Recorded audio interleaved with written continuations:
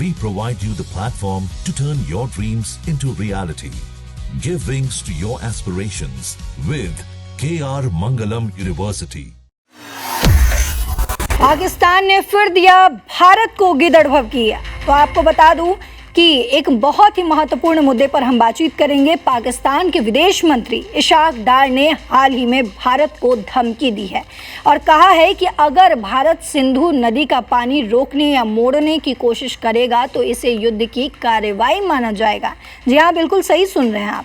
ये बयान ऑपरेशन सिंदूर की एक साल की वर्षगांठ पर आया। आज हम इस पूरे मामले को समझेंगे कि आखिर क्या हुआ, क्यों हुआ और इसका मतलब क्या है। तो सबसे पहले आपको बताते हैं कि सिंधु जल संधि क्या है।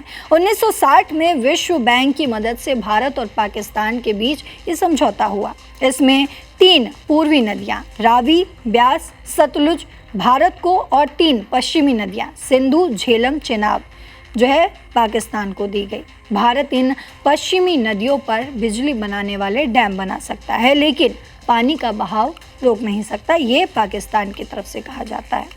पाकिस्तान की खेती किसानी इसी पानी पर निर्भर है। उनके लगभग 80% कृषि क्षेत्र को ये पानी मिलता है। करीब 24 करोड़ लोगों की जिंदगी इससे जुड़ी हुई है। इसीलिए पानी का मुद्दा उनके लिए बहुत ही संवेदनशील हो जाता है। अब 2025 की घटना पर चर्चा करते हैं। दरअसल अप्रैल 2025 में पहलगाम में एक आतंकी हमला हुआ जिसके बारे में सभी को जानकारी है, जिसमें 26 आम नागरिकों को चुन कर मारा गया। भारत ने पाकिस्तान पर जो है साफ कहा कि पाकिस्तान ने आतंकी हमला किया है और जवाब में ऑपरेशन सिंदूर हुआ। इसके बाद भारत ने सिंधु जल संधि को अस्थायी रूप से निलंबित कर दिया, यानी कि होल्ड कर दिया। भारत का कहना है कि खून और पानी एक साथ नहीं बहेगा, यानी कि टॉक और टेरर जो है वो एक साथ नहीं हो सकता।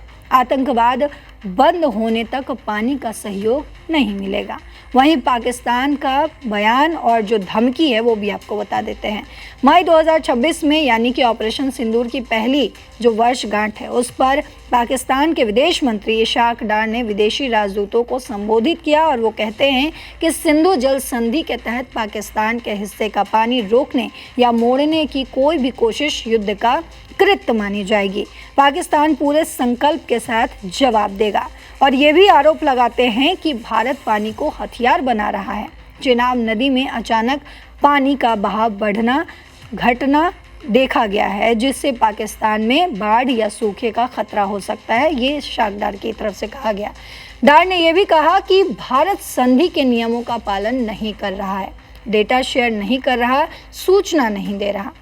उन्होंने दुनिया से अपील की कि भारत को संधि बहाल करने के लिए कहा जाए।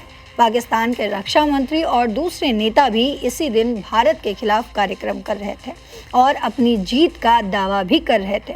वहीं भारत का पक्ष क्या है ये समझना भी और वास्तविकता क्या है ये समझना भी बेहद ज़रूरी हो जाता है।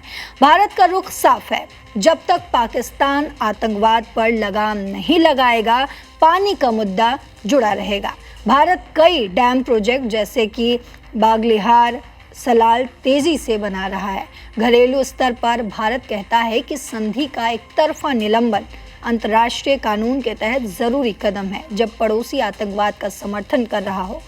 तो इस पर विशेषज्ञ कहते हैं कि ये मुद्दा सिर्फ पानी का नहीं बल्कि क्षेत्रीय सुरक्षा और भरोसे का है।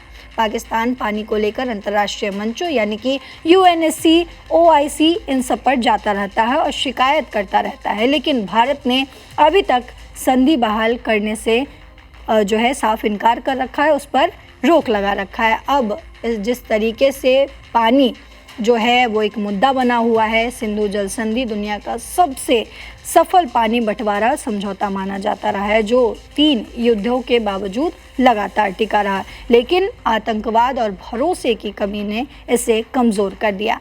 आपको क्या लगता है, जिस तरीके से भारत पर जो है पाकिस्तान बार बार ये गिदड़ भभकी देने की कोशिश करता रहा है। एक बार ऑपरेशन सिंदूर हो चुका है। राजनाथ सिंह ने ये बार बार कहा है कि हमारे रक्षा मंत्री राजनाथ सिंह ने ये बार बार कहा है कि ऑपरेशन सिंदूर पर अभी बस एक ब्रेक लगा हुआ है। हो सकता है कि आने वाले समय में ऑपरेशन सिंदूर 2.0 भी हो। लेकिन इस तरीके के बयान पर आपकी जो भी राय हो लगातार कमेंट्स में बताते रहिएगा।